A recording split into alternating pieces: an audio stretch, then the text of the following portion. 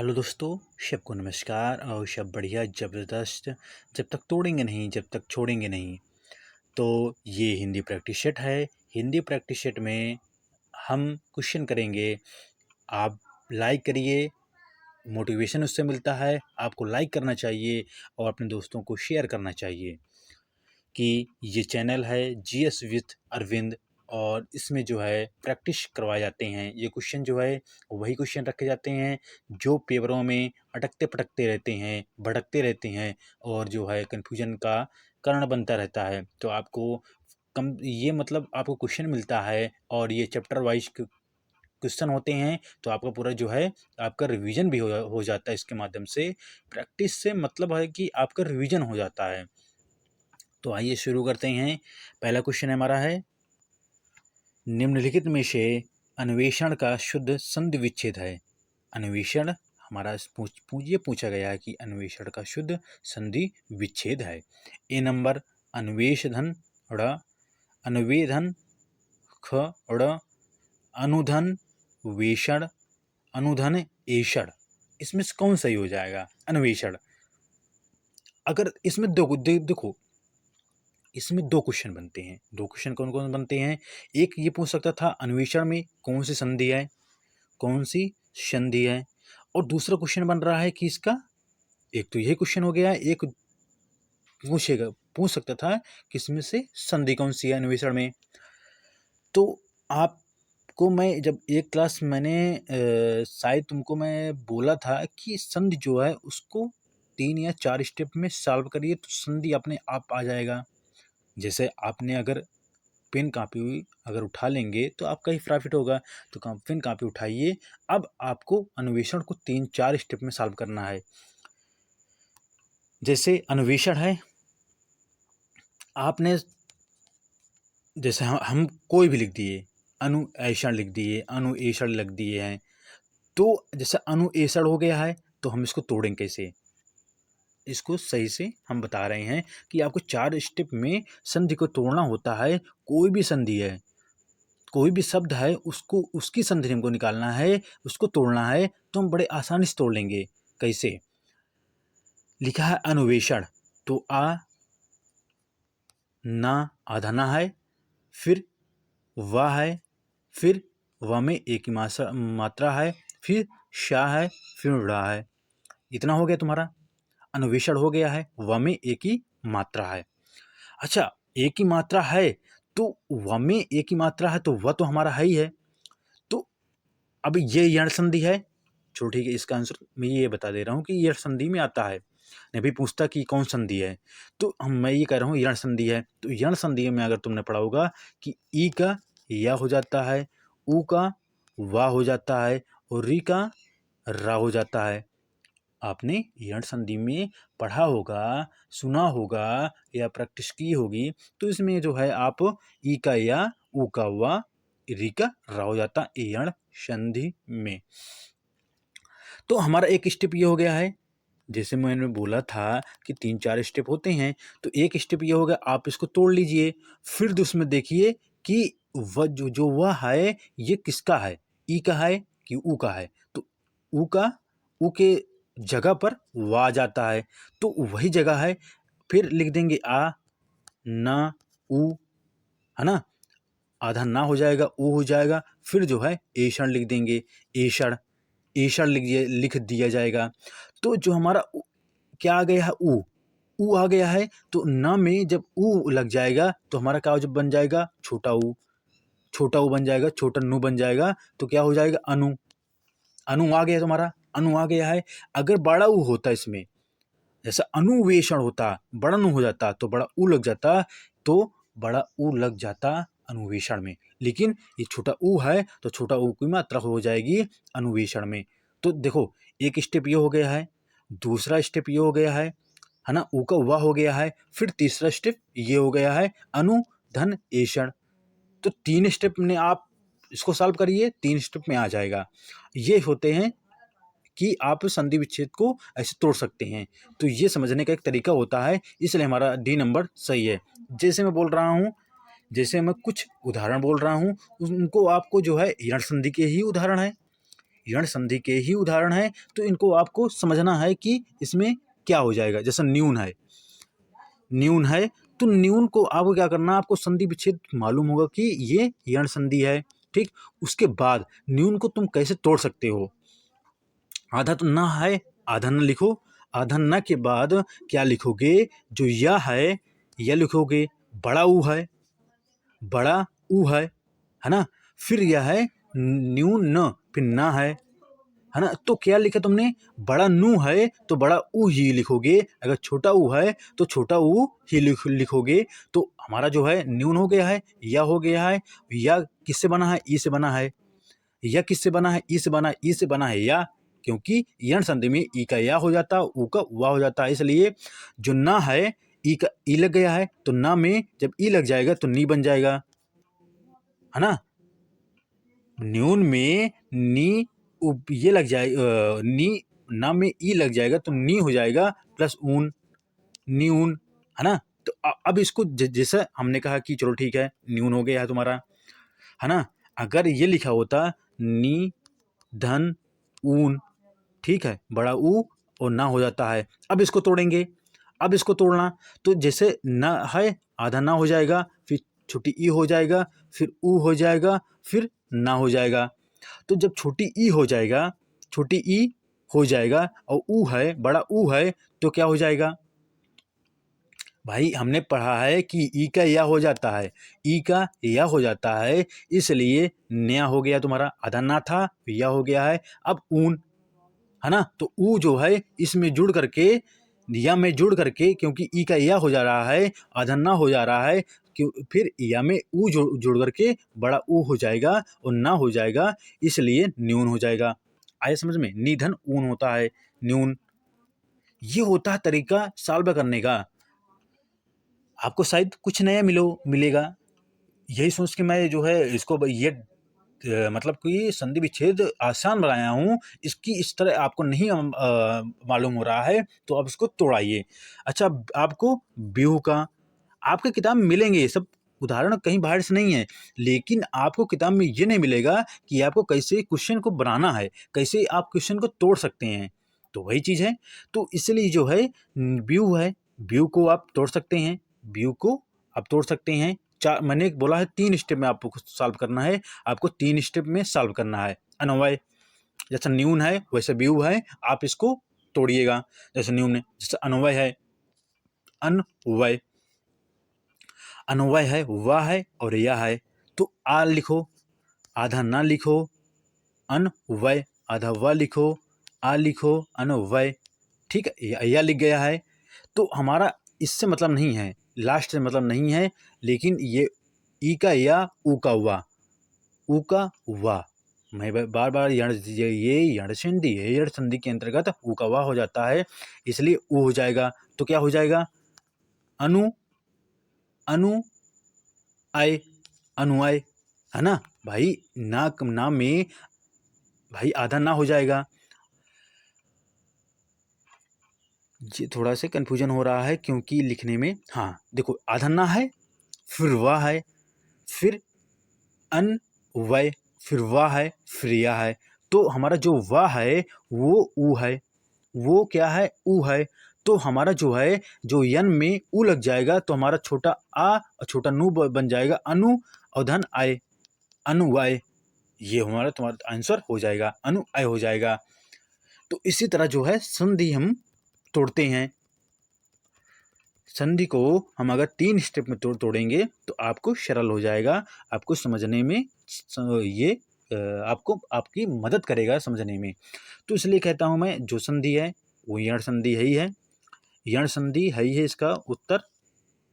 तो इसका आंसर क्या हो जाएगा, अनुएषण हो जाएगा, विषण नहीं हो जाएगा, अनुवेषण नहीं हो जाएगा, न अनुषण हो जाएगा, ये तो गलती है। लेकिन वेषण एषण में अगर मान लो कन्फ्यूजन रहा हो तो तुम्हारा जो है, अगर तुम इसको तोड़ोगे तो तुम्हारा सबसे लास्ट में एषण ही बस करके आएगा, तो हमारा डी नंबर सही हो जाएगा। अगला क्वेश्चन है, शुद्ध वर्तनी वाले शब्द का चयन कीजिए। शुद्ध वर्तनी वाले, ए नंबर अंत्याक्षरी सही है कि पूजनीय सही है कि मिष्ठान सही है कि कवित्री सही है। आपने तो कवित्री तो कई बार प्रैक्टिस की होगी, तो आपको ये तो मालूम होगा कि कवित्री नहीं होता है, व में ई नहीं होता है, केवल ई में ई होता है। तो कैसे लिखा जाएगा? कव इत्री, ऐसे लिखा जाएगा। तो ये तो गलत हो गया है। मिष्ठान, हाँ मिष्ठान हो सकता है आपको नया आए हो, लेकिन मिष्ठान ठा नहीं होता है, इसमें टा होता है। तो क्या लिखेंगे? ठा के जगह पर टा लिख देंगे तो मिष्ठान हो जाएगा। जैसे पूजनीय है, पूजनीय, हमारे पिताजी पूजनीय, पूजनीय नहीं होता है, पूजनीय होता है, आधा ज नहीं होता है, पूरा ज होता है, पूजनीय। अब अंत्याक्षरी बचा है। वैसे भी आपका जो है ऑप्शन डी नंबर सही हो गया है, अंत्याक्षरी, क्योंकि हमारे जो है 3 ऑप्शन गलत हो गए हैं। तो ऑटोमेटिक, ऑटोमेटिक मतलब ये होता है कि अपने आप वो सही हो जाता है। ए नंबर सही है और ये अंत्याक्षरी ऐसे लिखा जाता है, अंत्याक्षरी ऐसे लिखा जाता है। जैसे कन्फ्यूजन वाले जो होते हैं,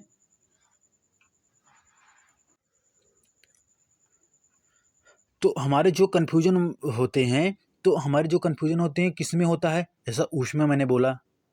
अब आप अगर कॉपी पेन उठाए होंगे तो ऊष्मा आप लिखेंगे, तो जब आप ऊष्मा लिखेंगे तो आपको उसमें समझ में आएगा कि ऊष्मा कैसे लिखते हैं, ऊष्मा कैसे लिखते हैं। जैसे हमने बोल दिया है, तो अब तुम्हारे ऊपर ये मतलब दिमाग में चलना चाहिए कि ऊष्मा हम कैसे लिखें। तो हमारा ऊष्मा शुद्ध रूप क्या होता है? अगर मान लो अशुद्ध ये, अगर ये शुद्ध है कि अशुद्ध है, आप बताएंगे। आप लिखेंगे कि ये शुद्ध है कि अशुद्ध है, कॉलम बनाइए शुद्ध अशुद्ध का। शुद्ध एक तरफ लिखिए, एक तरफ अशुद्ध लिखिए, ठीक है। तो आप जो है, जैसे मैंने ऊष्मा लिखा, ये आपको लिखना है शुद्ध है कि अशुद्ध है।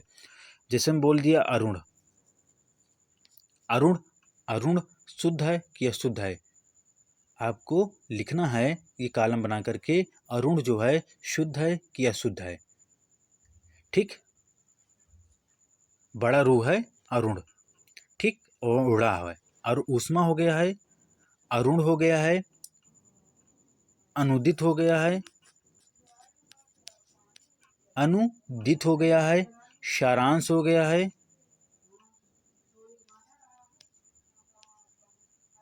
सारांश,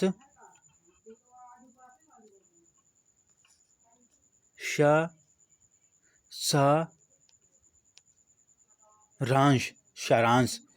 अब इनमें जो है आपको शुद्ध लिखना था, अशुद्ध लिखना था। चलो ठीक है, एक शब्द और लिख लिए, सोचनीय, सोचनीय, सोचनीय, मैं बोल रहा हूँ सोचनीय। तो आपको सोचनीय शुद्ध है कि अशुद्ध है, जैसा आपने लिखा होगा, कोई शुद्ध लिखा होगा, कोई अशुद्ध लिखा होगा। तो आपको जैसे ही ऊष्मा लिखा है, ऊष्मा क्या है? एक ये अशुद्ध है। क्यों अशुद्ध है? इसमें जो ऊ है वो बड़ा हो जाएगा, ऊष्मा छोटा वो नहीं हो जाएगा, उसमें मात्रा हो जाएगी, मतलब डंडी लग जाएगी, ऊष्मा का ऊष्मा हो जाता है। अरुण है, बड़ा रू था, लेकिन इसमें छोटा रू रहेगा, छोटा रू, ये अंतर होता है, मात्रा में अंतर हो जाता है शुद्ध अशुद्ध में।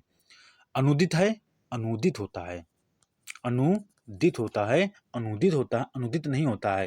जैसे सारांश में क्या होता है? सारांश में सा जो है ये सरौता सा होता है स्टार्टिंग में, उसके बाद रा होता है, सारांश होता है, फिर लास्ट में सिटकारी सा होता है, सारांश होता है।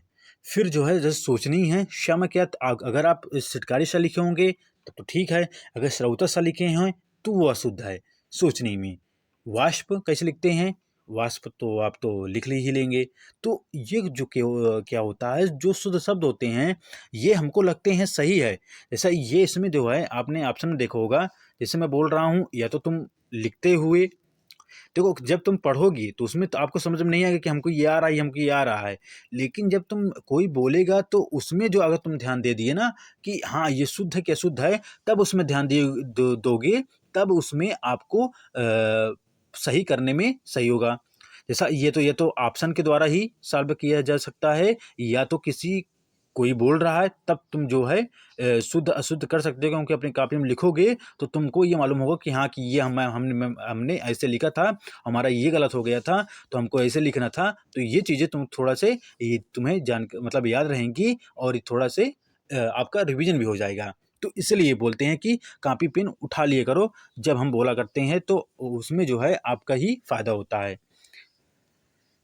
अगला क्वेश्चन है, निम्नलिखित में से किस शब्द में प्रत्यय लगा हुआ है? प्रत्यय किस शब्द में प्रत्यय लगा हुआ है? अच्छा, ए नंबर बाकायदा, ए नंबर सही है। कजरौटा, बी नंबर सही है। सी नंबर बदौलत, और डी नंबर लापरवाह। लापरवाह सही है। अच्छा, मैंने तुमको एक बताया था, एक ट्रिक क्या होता है कि जो छोटी के सबसे पहले तो ये मतलब उपसर्ग होते हैं और प्रत्यय होते हैं।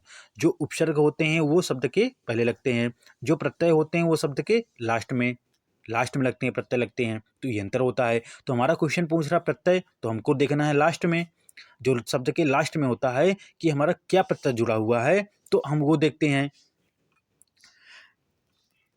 अभी तुमको समझ में आ जाएगा कि मैं बोलना क्या चाह रहा था। देखो, जैसे मैंने पढ़ा कि बाकायदादार, है ना, होता ना बाकायदा, बाकायदा। अच्छा, इसको जब तोड़ेंगे तो हम क्या तोड़ेंगे? बा अलग है, कायदा।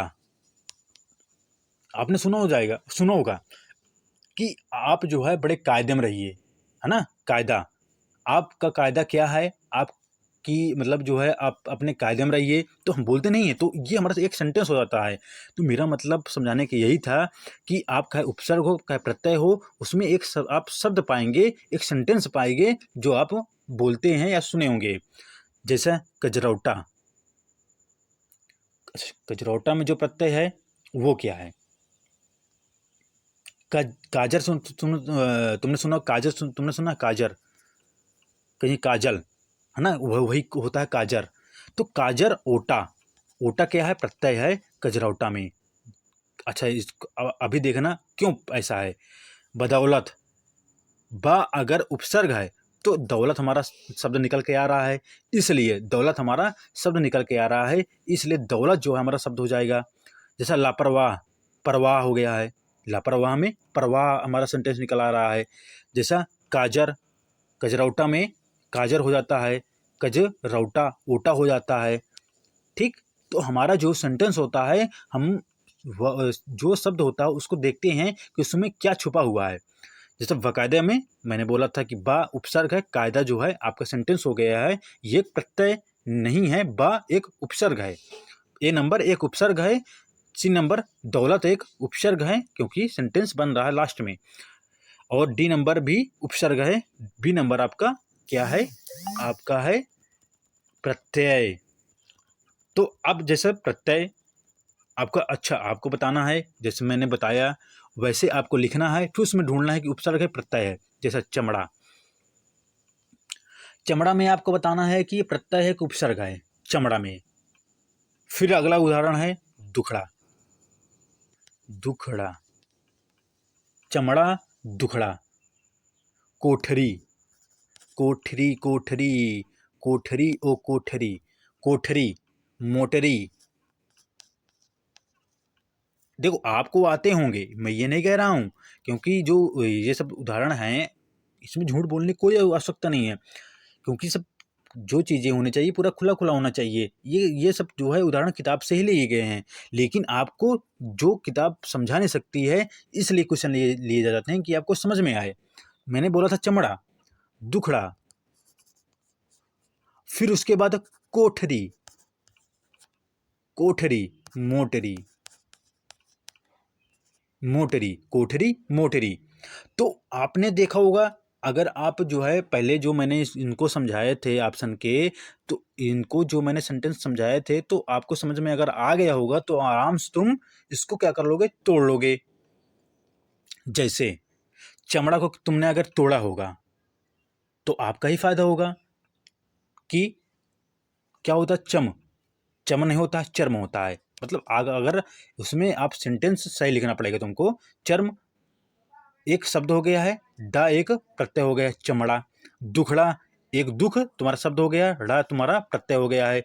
कोठी, कोठा, धन, ड़ी, कोठ ना, कोठी भाई कैसे लिखे हो?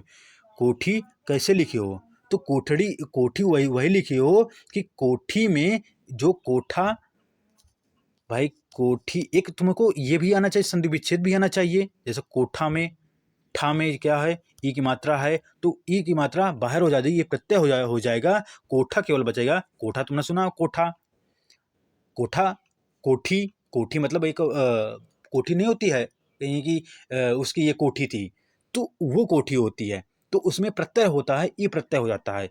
मोटरी, मोटर, हाँ है ना, जैसे तुमने बोर में जो मोटर पड़ता है, या छोटे बोर होते हैं या बड़े बोर होते हैं, वो मोटर में मोटरी हो जाता है, ई प्रत्यय हो जाता है। अब देख लिए कि शब्द जो है अपने आप आ रहे हैं, अगर तुम उनका सही प्रयोग कर रहे हो तो हमारा इसका जो औटा है, ये हमारा कजरा, कजरा औटा है, ये हमारा प्रत्यय हो जाएगा, बी नंबर सही है। अगला क्वेश्चन है, निम्न में से कौन सा कर्मधारा समास है? ए नंबर गांव शहर, बी नंबर पतझड़, सी नंबर नील गगन, डी नंबर त्रिफला। कौन सा कर्मधारय समास है? त्रिफला तो आप देखते ही क्या कर देंगे, आप देखते ही द्विगु कर देंगे, द्विगु कर देंगे, क्योंकि इसमें संख्या आती है। त्रिफला होता है, इसके 3 फल होते हैं, संख्या आ गई है। चतुर्भुज होता है, चौराहा होता है, अष्टभुज होते हैं, तो ये हो जाते हैं, है ना, इनकी संख्या आ गई है। अब गांव शहर में ये तो द्वंद्व समास हो गया है। हाँ, पतझड़ और नील गगन। पतझड़ क्या होता है? पत्ता जो झड़ता है उसको पतझड़ बोलते हैं, लेकिन जो नील गगन मतलब होता है नील के समान, मतलब गगन किस तरह है, नीला अंबर, है ना, नीलांबर उसको बोलते हैं, है ना। तो इसे जो नीला गगन होता है, गगन हमारा आकाश कैसे नीला है, तो नीले के समान गगन है, जो नीले रंग के समान हमारा गगन है, के समान किस में आता है, के जैसा, के समान क्या आता है, नीले के समान है गगन, वो है कर्मधारय समास है। सी नंबर आपके आंसर सही हो जाएगा, कर्मधारय समास। अच्छा, जो गांव शहर ए नंबर है, गांव शहर जो है ये क्या हो जाएगा, द्वंद्व समास हो जाएगा। गांव शहर द्वंद्व समास होता है, लेकिन इसमें जो है जैसे कुछ उदाहरण होते हैं, द्वंद्व समास के भी उदाहरण होते हैं, जैसे बोल दिया जाए नदी नाले, नदी नाले, एक तो तुमने पाया होगा कि इसमें जो है अलग अलग सेंटेंस होते हैं। द्वंद्व समास क्या होता है भाई? द्वंद्व समास वही होता है कि अपने अपने अलग अलग पद होते हैं, शब्द होते हैं द्वंद्व समास में, जैसा नदी नाले, नदी नाले, नाले का अलग अर्थ है, नदी का अलग अर्थ है। जैसा होता है ये कौन सा है, नदी और नाले। उसके बाद ये बोल दिया जाए ऊंच नीच, ये ऊंच अलग अर्थ है, नीच अलग अर्थ है। ये बोल दिया जाए आगे पीछे, आगे अलग अर्थ है, पीछे अलग अर्थ है। तो इसमें जो है आप देखे होंगे कि मतलब उसमें एक ही अर्थ नहीं, अलग अलग, गांव शहर, गांव एक अलग है, शहर एक अलग है, इसको इसको अलग अलग। तो ये होता है द्वंद्व समास। द्वंद्व समास के अंतर्गत तो हमारा आंसर क्या हो जाएगा, सी नंबर नील गगन। अब हमारा अगला क्वेश्चन है, कौन सा शुद्ध लिखा गया है, सही उत्तर का चयन कीजिए। जो हमारा शुद्ध वाक्य है वो कौन शुद्ध है? ए नंबर क्या तुम दिल्ली जा रहे हो, ए नंबर सही है। कि बी नंबर क्या तुम दिल्ली जा रहे हो, ये सेंटेंस आगे समान हो गया है। क्या तुम दिल्ली जा रहे हो, क्या तुम दिल्ली जा रहे हो, कि क्या जा रहे हो दिल्ली। हाँ, देखो ये एक अलग सेंटेंस हो गए, 3 एक अलग सेंटेंस है। क्या तुम दिल्ली जा रहे हो, तुमने क्या अगर मिलाओगे, क्या तुम दिल्ली जा रहे हो, अब तीनों सेंटेंस में, अब ये तो यार तीनों, अब तुम देखोगे हाँ यार तीनों सेंटेंस सही है, तीनों सेंटेंस सही है, लेकिन इसमें अंतर क्या हो सकता है? तो हमारा जो अंतर है, हमारा अंतर है ये चिन्ह। क्या, जो हमने चिन्ह प्रयोग किया है, कि हमने चिन्ह क्या लगाया है, क्या में क्या लगता है, क्या में क्या लगता है, क्या में क्या लगता है, क्या में लगता है प्रश्नवाचक चिन्ह लगता है, ना कि पूर्ण विराम होता है, ना कि विसर्ग। तो हमारा जो है, हमने ये जो प्रश्नवाचक है, तो हमारा बी नंबर सही हो जाएगा। क्या तुम दिल्ली जा रहे हो, तो ये हमारा प्रश्नवाचक वाक्य हो गया है, तो बी नंबर इसका सही हो जाएगा। अब देखे, थोड़ा सा अगर तुम इसमें ध्यान नहीं दिए हो, तो फिर तुम्हारा क्वेश्चन तुमको समझ में नहीं आएगा इसमें सही क्या होगा। और पेपर में अब समझ लो यहाँ पर तो चलो ठीक है, कुछ देर तुमको टाइम लग गया, वहाँ पर क्या होता है, टाइम होता नहीं है, आपको देखना है क्वेश्चन, आपको टिक मारना है, नहीं तो अगर उसमें टाइम दे दिए तो फिर समझ लीजिए कि आपका 1-2 क्वेश्चन चले गए। आपने जैसे पुलिस पेपर दिए होंगे, कुछ बच्चे कहते हैं, बहुत से बच्चे कहते हैं कि मेरा अगर टाइम होता तो हम ये कर लेते, मतलब 150 को मतलब 140 कर लेते, 145 कर लेते। तो यही टाइम मैनेज होता है कि आपको क्वेश्चन देखना है, क्वेश्चन में जल्दी समझना पड़ेगा, इसलिए कहते हैं कि प्रैक्टिस बहुत ज़रूरी है, प्रैक्टिस बहुत ज़रूरी है। अगला क्वेश्चन है, तरनी तनुजा तट तमाल। अच्छा हाँ, तट तमाल, इसमें तमाल होना चाहिए, तमाल, टाइम नहीं होना चाहिए। तरनी तनुजा तनुजा तनुजा तट तमाल तरुवर बहुछाए, तो कौन सा अलंकार होगा? उत्प्रेक्षा, ए नंबर सही है।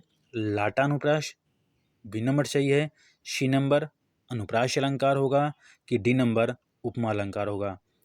तो इसमें ये तो तुमको आएगा क्योंकि आप पेपर दोबारा दे जा रहे हैं, तो इतनी तो तुम्हारी तैयारी हो जाएगी। लेकिन अब यही समझ लो, क्वेश्चन जो है तुमने देखा होगा कि यही क्वेश्चन दे देता है, यही क्वेश्चन दे देता है, क्योंकि इसमें बच्चे कंफ्यूजन हो जाते हैं कि इसमें होगा, क्योंकि भाई उसमें प्रेशर, जो एग्जामिनर होता है उसको मालूम है कि अच्छे मतलब जो सिंपल क्वेश्चन होते हैं वही बच्चों से गलत हो जाते हैं। हार्ड तो बात है, मतलब हार्ड तो होना चाहिए, जो बच्चे डिमांड करते होंगे कि मतलब जो है क्वेश्चन को बहुत ट्रिपिकल प्रैक्टिस करवाना चाहिए, ये करवाना चाहिए, ठीक है प्रैक्टिस होना चाहिए, लेकिन आपको साधारण क्वेश्चन भी सॉल्व करने होंगे। तो हमारा इसमें आंसर क्या हो जाएगा? आंसर में नहीं तो फिर वीडियो लंबा खिंच जाएगा। हमारा इसमें आंसर क्या हो जाएगा? इसमें तरनी में ता शब्द है, ता, तनुजा में तट, तमाल मतलब तट में ता आ गया, इसमें क्योंकि टाइम नहीं है, तमाल है, तट तमाल है, ता आ गया, ता आ गया, तो हमारा क्या हो जाएगा? ये अनुप्रास अलंकार होता है, अनुप्रेक्षा नहीं होता है, अनुप्रेक्षा नहीं, अनुप्रास होता है, ये उत्प्रेक्षा होता है। उत्प्रेक्षा मतलब मानो, मनहु, जानो, जनहु होता है, इसके पहचानने के ये होते हैं लक्षण। अनुप्रास अलंकार ये होता है क्योंकि शब्द अनुप्रास होता है, अलंकार क्योंकि 2 प्रकार के होते हैं, एक शब्द होता है, एक अर्थ अलंकार होता है। हम शब्द के द्वारा जान लेते हैं कि इसमें कौन सा अलंकार है, तो इसलिए हमको अनुप्रास अलंकार मालूम हो गया, क्योंकि शब्द हमने देखा है ता ता ता की बार-बार की आवृत्ति मतलब आवृत्ति होती है, बार-बार आता ता की पुनरावृत्ति होती है, बार-बार ता की पुनरावृत्ति हो रही है, इसलिए तुम्हारा जो है अनुप्रास अलंकार सही हो जाएगा। इसमें सी नंबर सही हो जाएगा, सी नंबर सही हो जाएगा। उसके बाद आते हैं अगले क्वेश्चन पर। निश्चय प्रेम प्रतीत ते विनय करे सन्मान, तेहि के काले शकल शुभ सिद्ध करे हनुमान। तो इसमें प्रयुक्त पंक्ति में कौन सा छंद है? ए नंबर चौपाई, बी नंबर शोरठा, सी नंबर दोहा सही है कि डी नंबर गीतिका सही है? तो इसमें से कौन सा सही आपका आंसर हो जाएगा? तो निश्चय प्रेम में कौन सा छंद होगा? तो छंद हमको क्या करना चाहिए? हमको छंद में सबसे पहले हमको मात्रा गिननी चाहिए, मात्रा से हम इसका आंसर दे पाएंगे।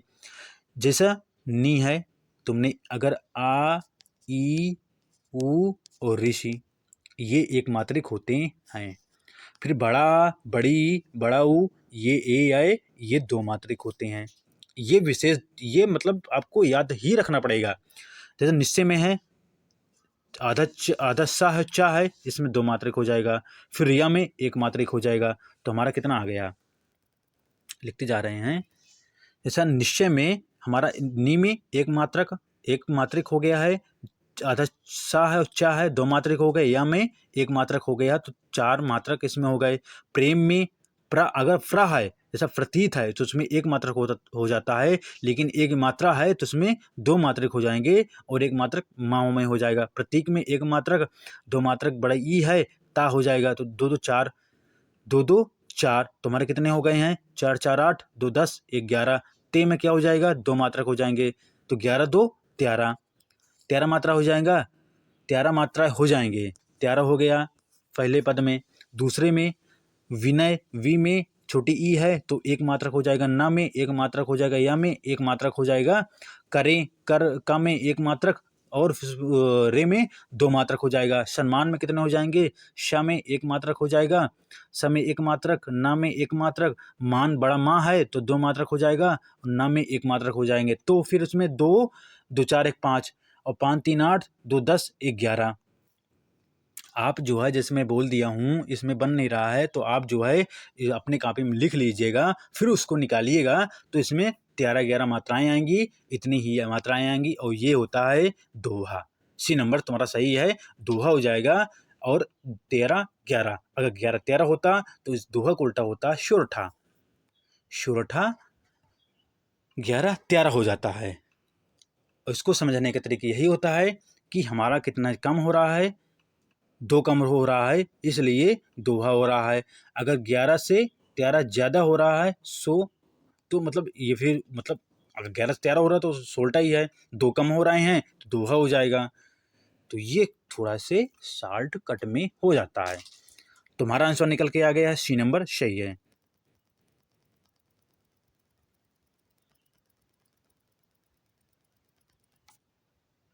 अगला क्वेश्चन है, निम्नलिखित है, इसमें जो है न जाइएगा, ये निम्नलिखित लिखा गया था।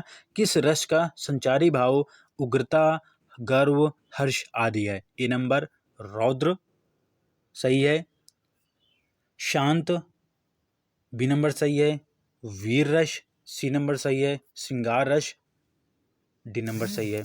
शांत रस क्या होता है? शांत का स्थायी भाव क्या होता है? या स्थायी भाव क्या होता है शांत का? उसका होता है स्थायी भाव शम या निर्वेद।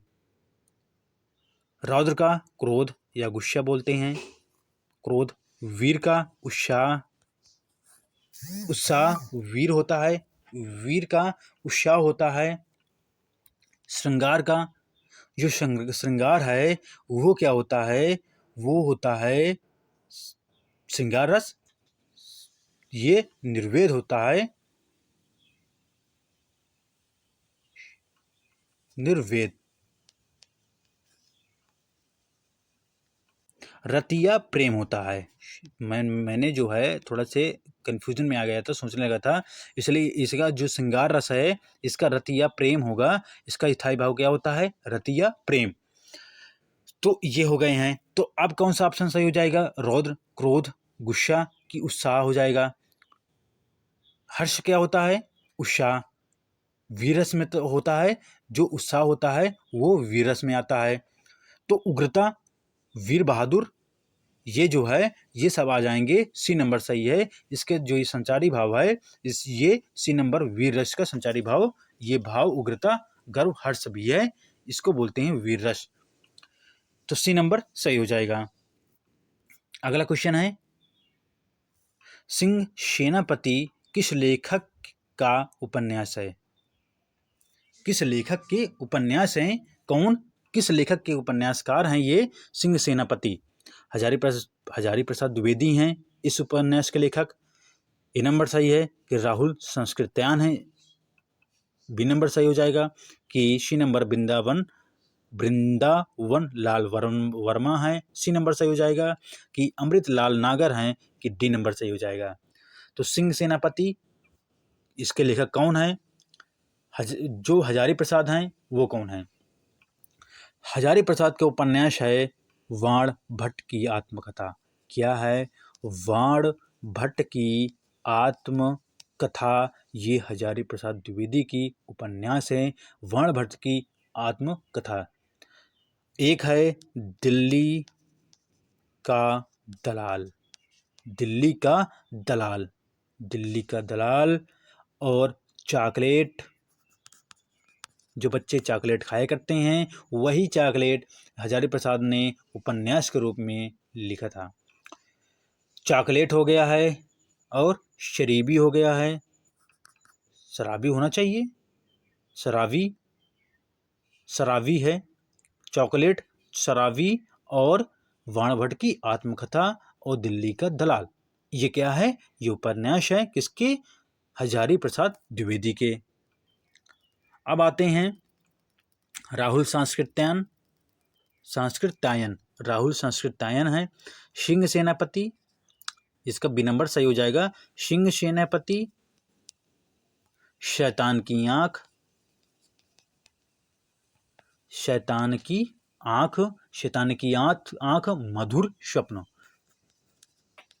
मधुर स्वप्न। कौन कौन से हैं?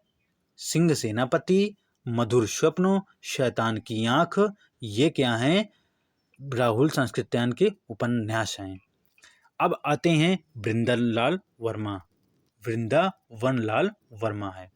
तो वृंदावन लाल वर्मा है, इनका उपन्यास मृग नैनी, क्योंकि वृंदावन में रहते थे मृग नैनी, मृग नैनी, झांसी की रानी,